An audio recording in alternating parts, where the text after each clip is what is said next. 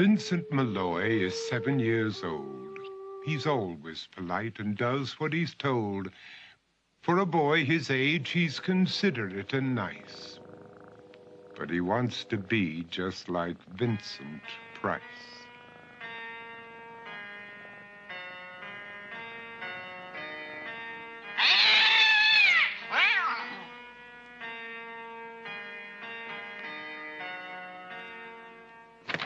He doesn't mind living with his sister, dog, and cats, though he'd rather share a home with spiders and bats.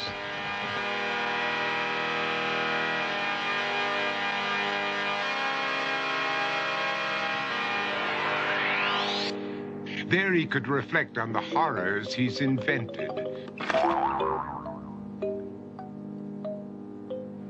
And wander dark hallways alone and tormented.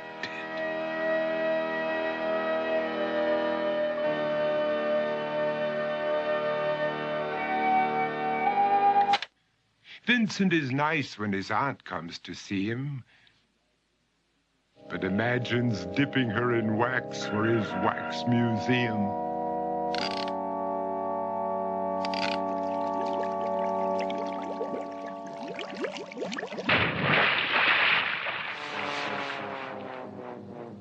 He likes to experiment on his dog, Abercrombie, in the hopes of creating a horrible zombie, so he and his horrible zombie dog could go searching for victims in the London fog. His thoughts, though, aren't only of ghoulish crime. He likes to paint and read to pass some of the time. While other kids read books like Go, Jane, Go, Vincent's favorite author is Edgar Allan Poe. One night, while reading a gruesome tale, he read a passage that made him turn pale. Such horrible news he could not survive, for his beautiful wife had been buried alive.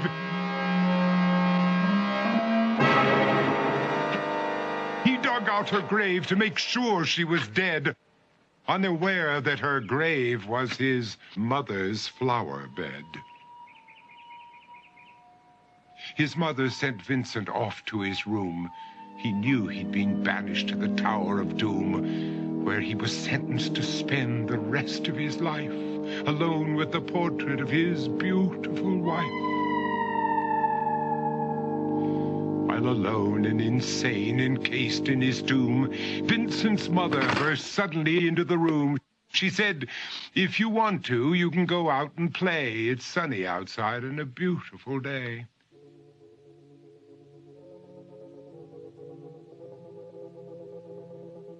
Vincent tried to talk, but he just couldn't speak.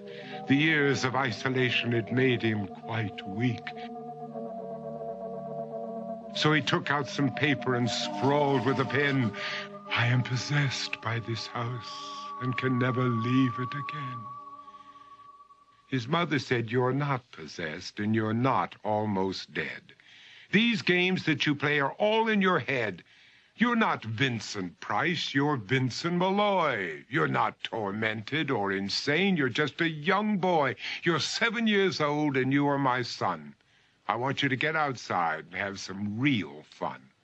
Her anger now spent, she walked out through the hall. And while Vincent backed slowly against the wall, the room started to sway, to shiver and creak. His horrid insanity had reached its peak. He saw Abercrombie, his zombie slave, and heard his wife call from beyond the grave. She spoke from her coffin and made ghoulish demands, while through cracking walls reached skeleton hands. Every horror in his life that had crept through his dreams swept his mad laughter to terrified screams.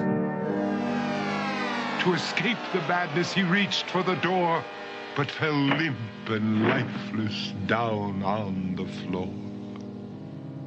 His voice was soft and very slow as he quoted The Raven from Edgar Allan Poe.